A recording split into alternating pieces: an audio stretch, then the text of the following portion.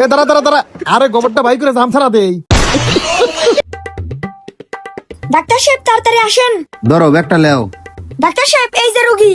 এ হে রে, রুগীর অবস্থা না বহুত খারাপ, মনে হয় শুল পাইতেছে। গেদা যা বুঝলাম, পেট তো মনে হয় জাম হয়ে গেছে। আচ্ছা খাইছে এটা কি? ডাক্তার সাহেব কুরবানি ঈদের পরে থেকে খালি গোস্ত খাইতেইছে খাওয়ার পরে যে টানটা নয় বেহুশ পরে রয়েছে, কথাও করে পারতেছে না।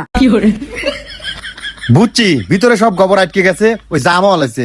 জামগুলো ছাড়া দেওয়া লাগবে, সমস্যা নাই। এই তুমি করো। আরে একবার ক্লিয়ার করে দিচ্ছি, করো করো করো। যাজ্ঞ আমার আব্বা মনে হয় এখন ভালো হয়ে যাবে নি। ডাক্তার সাহেব আতে ওটা কি বেজার? আরে তুমি এত কথা কও না, দেখো কি করি, তুমি শান্তি পাবে না। পেটের ভিতরে হাত দিয়ে ভিতর থেকে গোবর একবারে টাইনে নিয়ে আসা লাগবে। আর এটা করলে জাম ছেড়েও যাবে, ক্লিয়ার হওয়া যাবে।